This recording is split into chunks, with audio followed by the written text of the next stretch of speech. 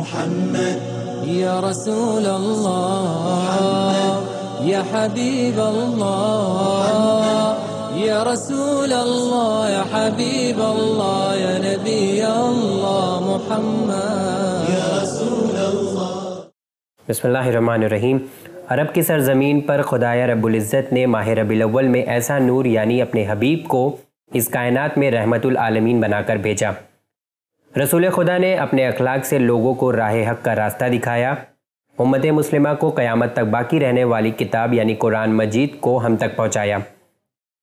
رسول خدا صلی اللہ علیہ وسلم کی ولادت کے موقع پر پوری دنیا میں امن کے ساتھ جلوس نکالا جاتا ہے۔ اس جلوس نکالنے کا مقصد یہ ہوتا ہے کہ دین محمدی صرف کسی ایک فرقے کے لیے نہیں بلکہ انسانیت کے لیے ہے، اور پیغمبر اسلام کی اس ولادت کے دن ہر مذہب سے تعلق رکھنے والے ایکتا کی بات کرتے ہوئے ایکتا کے اس منچ پر نظر آئے۔ ایکتا ویلفیئر ایسوسی ایشن کے اسٹیج پر یہ مثال دیکھنے کو ملی۔ آج رسول خدا صلی اللہ علیہ وسلم کے ولادت کا دن ہے، اور آج پورے ہندوستان میں نہیں بلکہ دنیا میں یہ دن کو ایک خوشی کا دن مان کر پوری دنیا میں جلوس نکالا جاتا ہے۔ رسول خدا صلی اللہ علیہ وسلم کی ولادت کا اعلان کیا جاتا ہے کہ آج رحمت العالمین کی پیدا ہونے کا دن ہے، یعنی آج وہ اس دنیا میں تشریف لائے تھے۔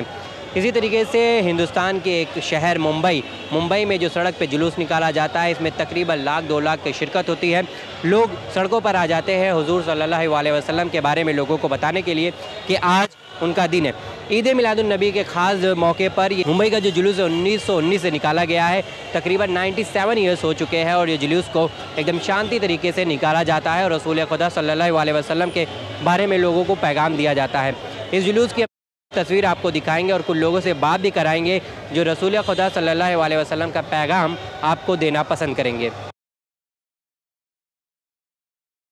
حضور صلی اللہ علیہ وسلم کی ولادت کے موقع پر اس خاص دن پر آپ ہمارے چینل کے ذریعے آپ لوگوں سے کیا کہنا چاہیں گے؟ میں لوگوں سے یہ عرض کرنا چاہوں گا کہ آقا سرکار دو عالم صلی اللہ علیہ وسلم کے جشن ولادت کے موقع پر سب سے بڑا پیغام یہ ہے کہ ہم سنت مصطفیٰ پر عمل کریں اور سنت مصطفیٰ کو عام کریں، جس میں ہماری زندگی کے ہر لمحات سے جڑی ہوئی ہر ایک چیز شامل ہے، جہاں پر ہمارا اخلاق بھی شامل ہے، ہمارا اتحاد بھی شامل ہے، ہماری تمام مشکلوں کا علاج بھی شامل ہے۔ اس سے بڑا پیغام آج کی تاریخ میں تو کوئی نہیں دیا جا سکتا ہے۔ شیطان الرجیم، بسم اللہ الرحمن الرحیم، الحمد للہ الحمد علی اہلہ والصلاۃ علی اہلہا۔ میں آپ حضرات کی خدمت میں عید میلاد النبی کی پرخلوص مبارکباد پیش کرتا ہوں، اور اس پرمسرت موقع پر میں ایک بہت عظیم اور بہت گہرا نکتہ آپ حضرات کی خدمت میں پیش کرنے کی سعادت حاصل کر رہا ہوں۔ جتنے بھی ہم نبی کے دیوانے اور پروانے ہیں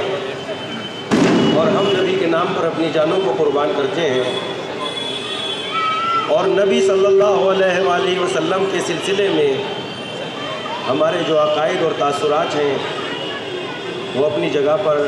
یقیناً بہت عمدہ اور بہت خوب ہے، لیکن تاریخ کی سرخیوں میں کہیے یا تاریخ کے حوالے سے کہیے، ایک بہت عمدہ گفتگو، ایک بہت عمدہ پوائنٹ وہ یہ ہے کہ ہم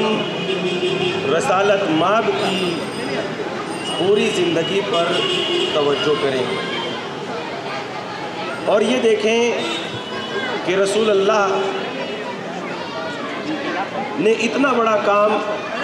بہت بڑی مدت میں نہیں کیا ہے۔ آج جو ہر جگہ سے لا الہ الا اللہ محمد رسول اللہ کی صدائیں بلند ہو رہی ہیں، یہ ہمارے نبی کی ان محنتوں کا صدقہ ہے، ان خدمتیں ہیں جو ہمارے نبی نے انجام دی ہیں۔ لیکن جو میں بہت گہری بات آپ کی خدمت میں عرض کرنے کی کوشش کر رہا ہوں وہ یہ ہے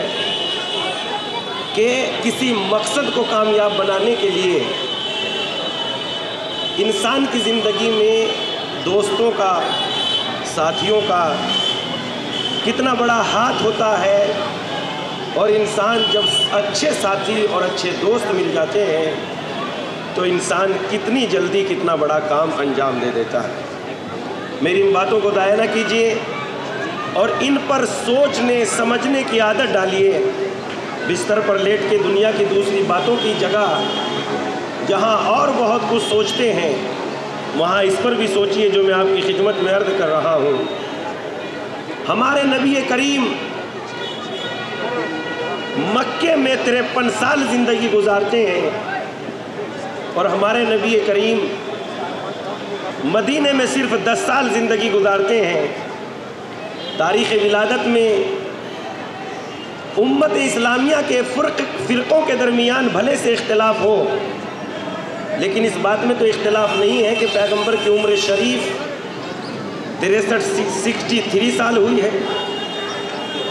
اور ان 63 سالوں میں پیغمبر نے، نبی کریم نے 53 سال وہ ہیں جو مکہ معظمہ میں زندگی کو گزارا۔ 40 سال کی عمر میں اعلان رسالت کیا، اور 40 سال کے جب آپ ہو گئے تو آپ نے تبلیغ اسلام کو شروع کیا۔ اگر اس بات کو مان لیا جائے کہ 40 سال کے بعد آپ نے اعلان رسالت کیا ہے،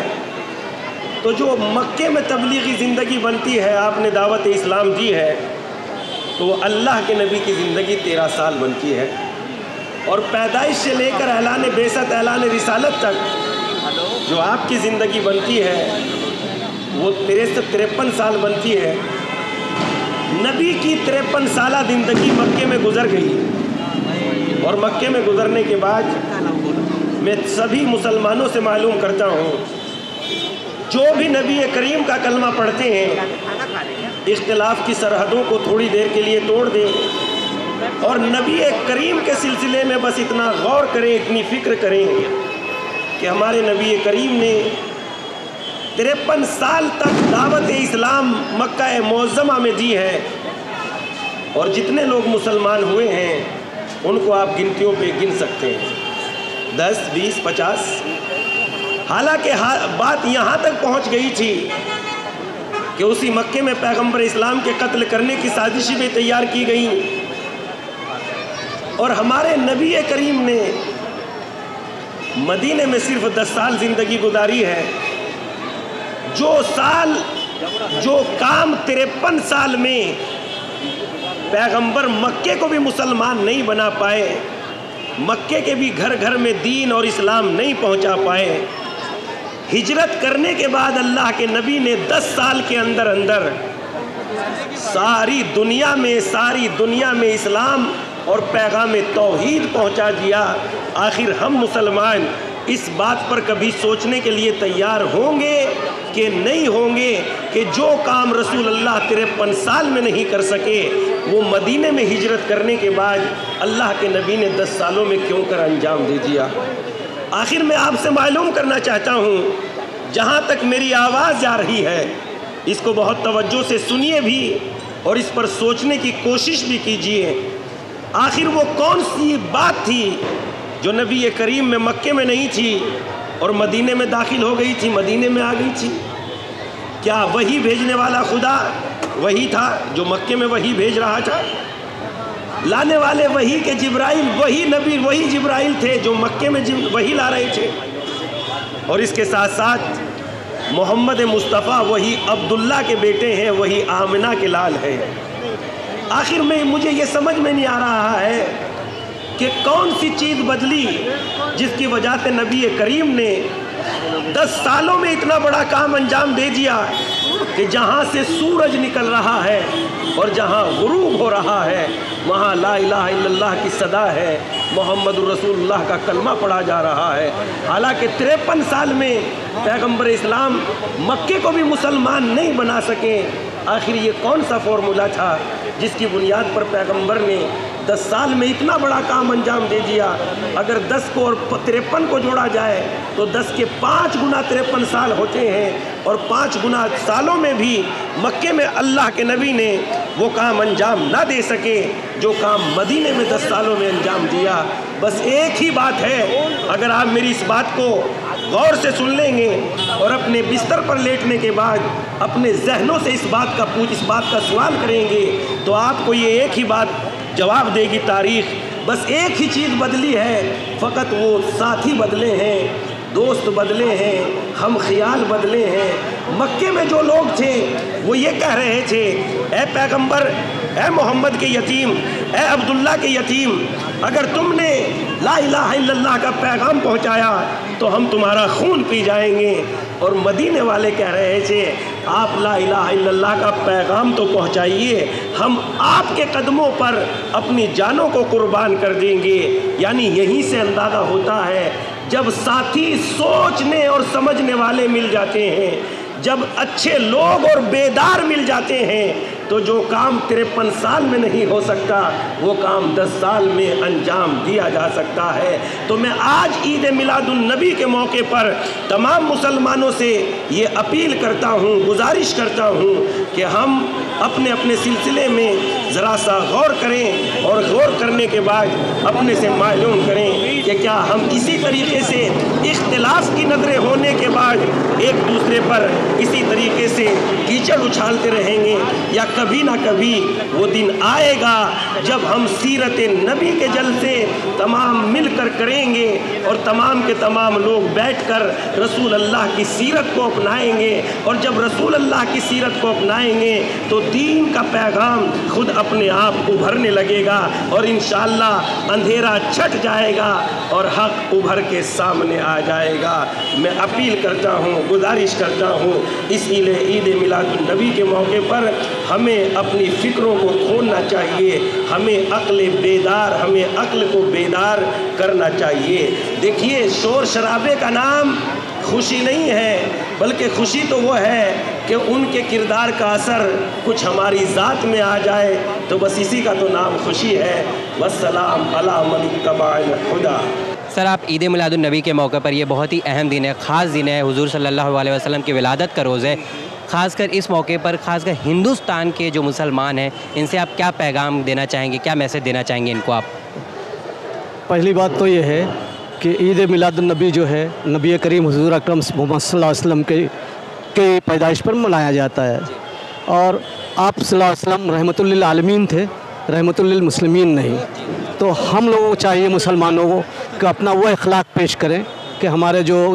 بھائی ہیں، ہم وطن بھائی، وہ اس سے متاثر ہو کر ہمارے خلاف اگر کسی طرح کے جو ریمارکس آتے ہیں یا جو چیزیں ان کے ذہن میں آتی ہیں وہ دور ہوں۔ اور دوسرے یہ کہ ہم میں اپنا اتحاد ہونا بھی بہت ضروری ہے، اس لیے کہ ہم ایک رسول، ایک اللہ، ایک نبی کے ماننے والے ہیں، اس لیے ہم فرقوں میں بٹ کر اپنی طاقت ضائع کر رہے ہیں۔ تو یہ سوچنے کی بات ہے کہ ہم ملک کی ترقی میں بہت اہم رول ادا کر سکتے ہیں، کسی کے کہنے سے جو ہے ہم غیر ملکی نہیں ہو جاتے۔ جیسا کہ آپ نے کہا کہ اختلاف پیدا ہو جاتا ہے دو لوگوں کے بیچ میں، درمیان میں، تو آپ جوانوں سے کیا کہنا چاہیں گے، جو ہمارے ہندوستان کے جوان ہیں، جو مسلمان ہیں، ان سے کیا کہنا چاہیں گے کہ کیسے وہ یونائٹ ہو، کیسے اتحاد کو برقرار رکھیں؟ ہاں، جوانوں کو چاہیے، حالانکہ میں بہت ادب و احترام کے ساتھ کہتا ہوں کہ ہمارے علماء اکرام چاہیں تو بہت بہترین راہیں پیدا کر سکتے ہیں ہمارے جوانوں کے لیے، لیکن کچھ مفاد پرست علماء ہیں ایسے جو اس چیزوں کو ہونا نہیں چاہتے۔ تو جوانوں کو چاہیے کہ ایسی باتوں پر دھیان نہ دیں۔ ہمارے لیے قومی یکجہتی بہت اہم چیز ہے، ہمارا اپنا اخلاق بہت اہم چیز ہے۔ تو ہمارا اخلاق اور ہماری نمازیں اور اسوہ حسنہ جو نبی کریم صلی اللہ علیہ وسلم نے جو ہمارا کردار ادا کیا، اس کی اسٹڈی کریں اور اس کے مطابق اپنی زندگی کو ڈھالیں، تو انشاءاللہ اس ملک میں ہم سب مل کر ترقی اس ملک کی کر سکتے ہیں اور ہم پر کوئی آنچ نہیں آئے گی۔ ومن یبتغی غیر الاسلام دینا فلن یقبل منہ وہو فی الآخرۃ من الخاسرین۔ سب سے پہلے میں عالم اسلام اور عالم انسانیت کی خدمت میں آج کی مبارکباد پیش کرتا ہوں، اور آج ہم ایک لے کر آیا اور جس کی زندگی کا ہر گوشہ، ہر حصہ، ہر صورت جو ہے وہ ایک نمونہ عمل کی حیثیت سے ہماری زندگی میں پیش کیا جاتا ہے۔ لقد کان لکم فی رسول اللہ اسوۃ حسنہ، کہ اللہ کے رسول کی سیرت تمہارے لیے اسوہ حسنہ ہے۔ میں دو مصرے آپ کی خدمت میں پیش کروں۔ شاعر کہتا ہے، ایک شب کا ذکر کیا ہے جانے والے عرش پر، ایک شب کا ذکر کیا ہے اے جانے والے عرش پر، تیری ساری زندگی معراج ہی معراج ہے، تیری ساری زندگی معراج ہی معراج ہے، جس کا ہر کردار، ہر پہلو اور ہر انداز جو ہے وہ ہمارے لیے سیرت جو ہے ان کی ہمارے لیے نمونہ عمل بنی ہوئی ہے۔ اور آج ہم دنیا کے سامنے اسی بات کو پیش کرنے کے لیے جمع ہیں کہ کائنات میں بلکہ عالم انسانیت میں جو ذات رحمت للعالمین بنا کے بھیجی گئی وہ ہمارے آپ کے نبی حضرت محمد مصطفیٰ صلی اللہ علیہ وآلہ وسلم کی ذات ہے۔ اور آپ غور کریں جن کے لیے قرآن کہہ رہا ہے اِنَّكَ لَعَلَىٰ خُلُقٍ عَظِيمٍ، اے میرے حبیب ہم نے تمہیں خلق عظیم پر فائز کیا۔ غور کیجئے، آنے والا مولا کائنات حضرت علی بن ابی طالب علیہ السلام کی خدمت میں آیا، آ کے کہتا ہے سرکار مجھے سرکار کی تمام کردار کو، تمام اخلاق کو پیش کر دیجئے۔ تو مولا نے کہا اچھا تم ایسا کرو مجھے دنیا کی ساری نعمتوں کو گن کر بتلاؤ۔ اس نے قرآن کی آیت پڑھی کہ قرآن کہتا ہے ان تعدوا نعمت اللہ لا تحصوها، اگر اللہ کی نعمتوں کو گننا چاہو گے تو کبھی شمار نہیں کر سکتے۔ مولا کائنات نے دوسری آیت کی تلاوت کی، مولا کہتے ہیں متاع الدنیا قلیل، قرآن کہہ رہا ہے دنیا کا ساز و سامان بہت تھوڑا ہے۔ اور دوسرے مقام پر ہے ان تعدوا نعمت اللہ لا تحصوها، کہ اگر اللہ کی نعمتوں کو گننا چاہو گے تو نہیں گن سکتے۔ مولا کہتے ہیں جب خدا کا تھوڑا اتنا ہے کہ جس کو تم گن نہیں سکتے تو اس حبیب کے اخلاق کو کیسے بیان کر دوں جس کو قرآن خلق عظیم کے درجے کے لیے بات کر رہا ہے، جس کا تھوڑا نہیں شمار کیا جا سکتا اس کا عظیم کیسے گنا جا سکتا ہے۔ اور تم کہتے ہیں اخلاق رسول کو پیش کر دو۔ آج دنیا بھر میں اسلام کی جو شبیہ پیش کی جا رہی ہے وہ ہمارا اولین فریضہ ہی ہے کہ ہم اپنے زبان سے نہیں،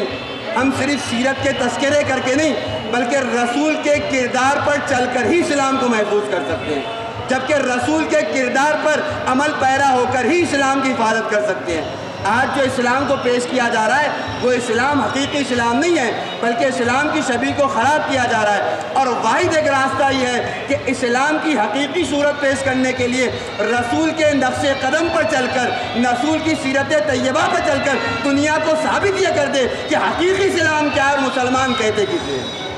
جب ہم اس طریقے سے رسول کی سیرت طیبہ پر عمل پیرا ہو جائیں گے تب اسلام کی حقیقی صورت جو دنیا کے سامنے آئے گی۔ اور آج جو آتنکواد اور دہشت گردی کے نعرے اسلام کے گردنوں میں ڈالے جا رہے ہیں وہ ساری گندگی اسلام سے دور ہوگی۔ وہ اسلام جو پانی کو ضائع کرنے کو منع کرتا ہے وہ اسلام کسی کا خون بہانے کی کیا اجازت دے گا؟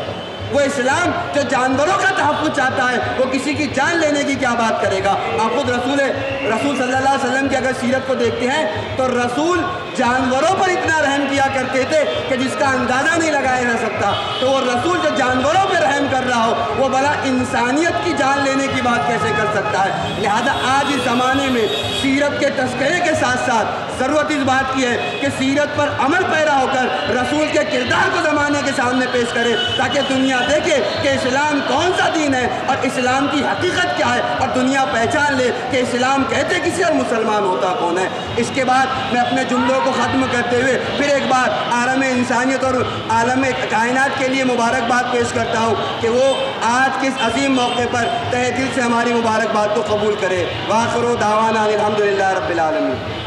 دیکھیے یہ آج کا دن اتنا مبارک دن ہوتا ہے